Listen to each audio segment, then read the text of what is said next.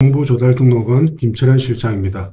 오늘은 조달등록 왜 해야 하는지, 꼭 해야 하는 세 가지 이유에 대해서 말씀드리겠습니다. 먼저 조달계약의 핵심 내용부터 먼저 살펴보겠습니다. 그러니까 조달을 구매 계약을 할 때, 그러니까 수요기관에서 물품 구매 시 구매 절차가 있습니다.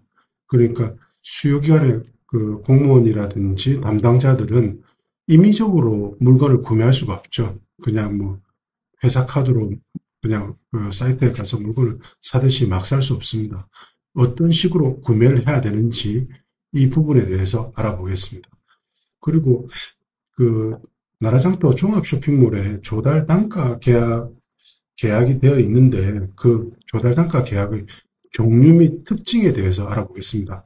단가 계약이라고 하면 그 개별 단위로 금액이 확정되어 있는 부분을 말씀드리는 겁니다. 그 개별 단위로 뭐 만약에 한 개에 얼마, 그 킬로그램당 얼마, 회배당 얼마 이렇게 확정이 되어 있는 것을 단가 계약되어 있다 이렇게 말을 하거든요. 그러면 그 단가 계약이 되어 있는 그 조달의 계약 종류가 크게 네 가지가 있는데 다수 공급자 계약, 마스라고 그러죠. 그리고 벤처나라, 혁신장터, 우수제품에 대한 특징과 뭐 이렇게 차별에 대한 부분에 대해서 설명드리겠습니다.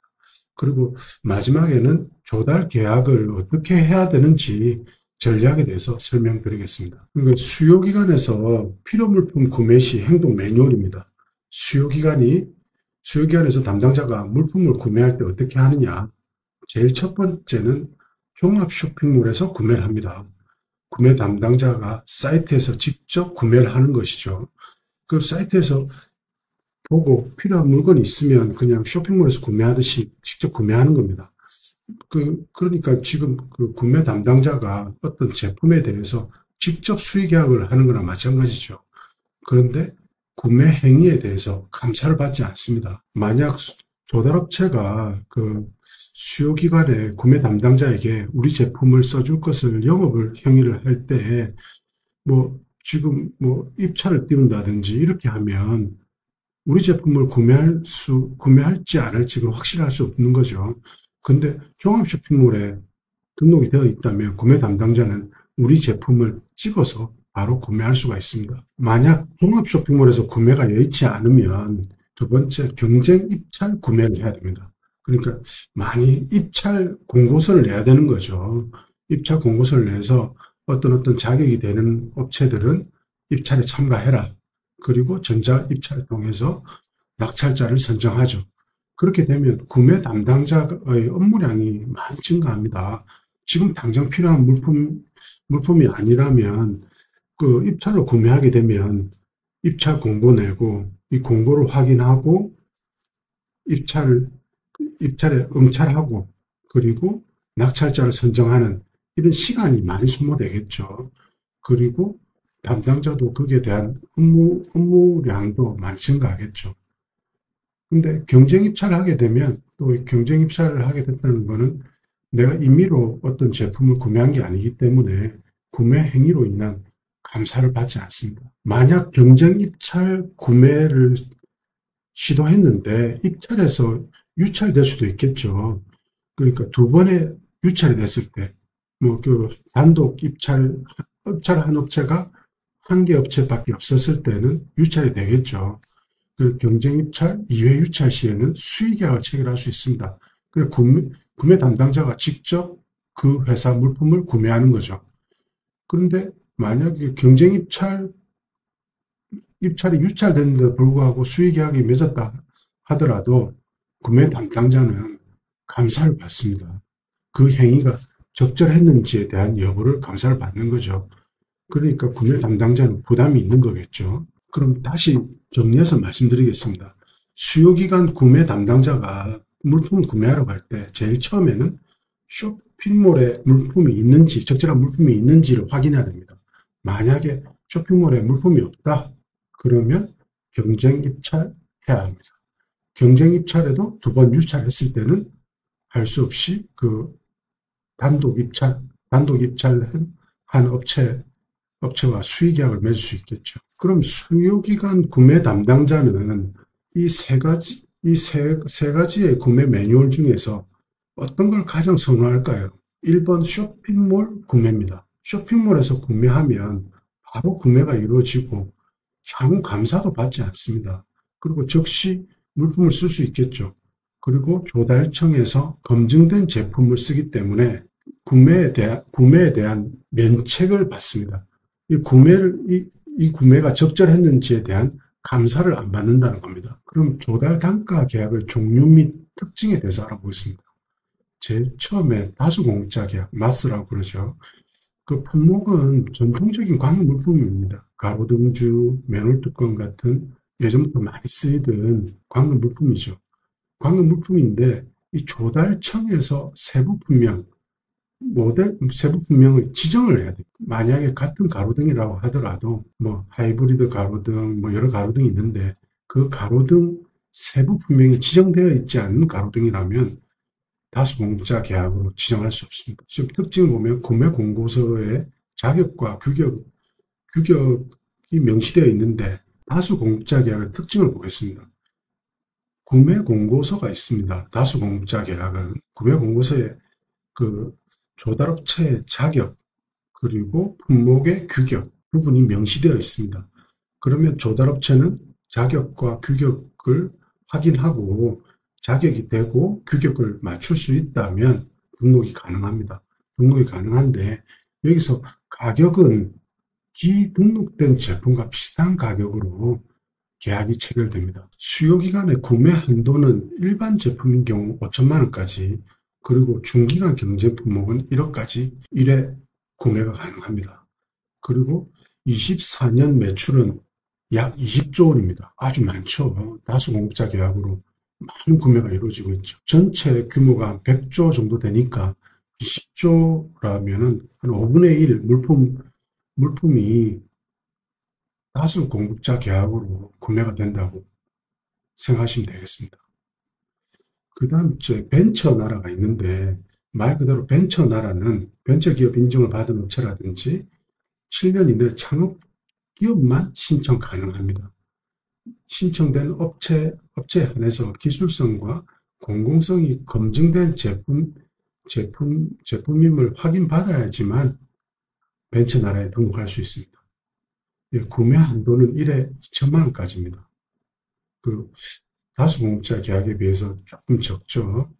그리고 2024년 매출은 1260억 정도. 벤처 나라의 취지가 그 벤처 기업이라든지 창업 기업이 그 조달 시장에 진출을 쉽게 하기 위해서 만든 제도이기 때문에 뭐 이제 매출이 작거나 구매 한도 작다고 해서 간과해서는 안 될 것 같습니다. 그리고 우수 제품이 있습니다. 우수 제품은 말 그대로 조달청에서 훈장을 받는 겁니다. 훈장을 받는 건데 그만큼 기술성과 혁신성이 있는 제품에 한해서 우수 제품 인정을 주고 있습니다. 그리고 그 신청 자격이 적용기술 인증 한 건 이상 그리고 품질 소명자료 한 건 이상이 되어야지만 신청 가능합니다. 그리고 수요기관에서 우수 제품 구매할 때 뭐 지금 다수공급자 계약일 경우는 일반 제품은 5천만 원, 중기간 경쟁 제품일 때는 1억까지 구매가 가능하다고 했는데 우수 제품이 만약에 100억짜리 우수 제품이 있다. 그러면 구매 가능합니다. 뭐 구매 한도가 없습니다. 그러니까 조달청에서 기술성과 혁신성 있는 제품을 훈장으로 인증해서 구매를 많이 하게끔 허용하는 제도입니다. 그리고 우수 제품이 종합 쇼핑몰에 뭐 이렇게 종합 쇼핑몰에 계약할 수 있는 기간은 최대 6년까지입니다. 6년까지 그 매출을 많이 올리라는 거겠죠. 그리고 24년 매출이 6조 원입니다. 우수 제품이 일반 제품, 그 다수공급자 제품보다 가격이 굉장히 높습니다. 높은데도 불구하고 약 6조 원의 매출을 이뤄나기 때문에 그 조달 업체들은 우수 제품이 되길 굉장히 바라는 거죠. 그 다음에 혁신 장터가 있는데 말 그대로 혁신 시제품 시범 구매 플랫폼입니다. 그 조달청이 먼저 이렇게 그 기술력이라는 판로가 아직 생기지 않은 제품들을 먼저 선구매해서 민간 시장에 안착할 수 있도록 도움을 주는 제도라고 보시면 됩니다. 그러니까 먼저 이 혁신적인 제품, 지금까지 사용하지 않은 제품들을 먼저 조달청에서 먼저 구매해 주는 겁니다. 그러니까 품목은 신기술이나 R&D 기반 제품이겠죠. 그리고 이 구매 한도 없습니다. 그리고 종합식품몰 계약 기간이 3년입니다. 그리고 24년 매출이 2천억입니다. 그러니까 제가 우수 제품을 훈장을 받는 거라고 그랬는데, 혁신장터도 우수 제품 못지않게 훈장을 받는 거라고 보시면 됩니다. 그래서 보통의 경우는 벤처 나라로 시작하셔서 혁신장터로 갔다가 혁신장터에서 물품을 인정받고 또 우수 제품으로 진행되고 있습니다. 그럼 조달 계약을 어떻게 하면 되느냐? 일단 조달이라는 장터에 자판을 깔아야 됩니다. 자판을 깐다는 말씀은 자격이 되면 어떤 앞에 말씀드린 것처럼 4가지 장터에 어떤 장터라도 계약을 체결하셔야 됩니다.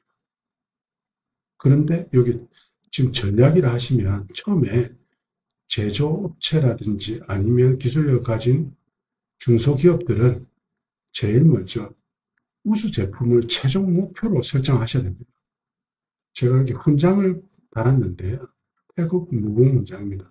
우리나라에서 가장 높은 훈장인데, 우수 제품 훈장을 받으면 대우가 달라지죠. 국가로부터 예우도 받고, 무슨 편이라든지 이런 걸 받는데, 우수 제품이 되면 훈장을 받는 거랑 마찬가지입니다. 우리 제품의 판로가 굉장히 어마무시하게 열리는 겁니다. 그러니까 우수 제품을 최종 목표로 설정하고, 두 번째 이렇게 현재 업체 컨디션, 그러니까 자격이죠. 만약 제조업체다, 벤처 나라다, 벤처 인증이다, 아니면 창업기업이다.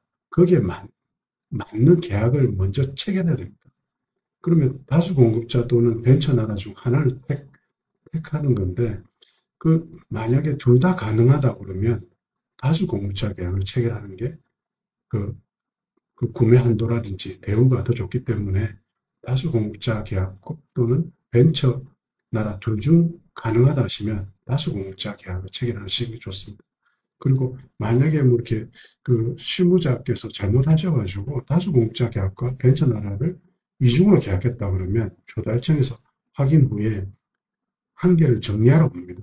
정리하라고 했을 때는 당연히 벤처 나라를 정리해야 되겠죠.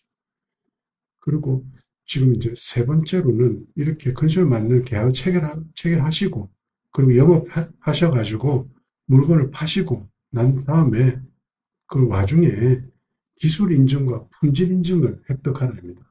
기술 인증이란 특허라, 일반적으로 특허 이런 게 있겠죠. 특허, 신기술, 신제품 이런 이렇게 고난이도 인증이 있는데 그 인증을 획득하고 품질 인증, 성능 인증이라든지 이런 인증을 택해서 꾸준히 점수를 쌓는 겁니다.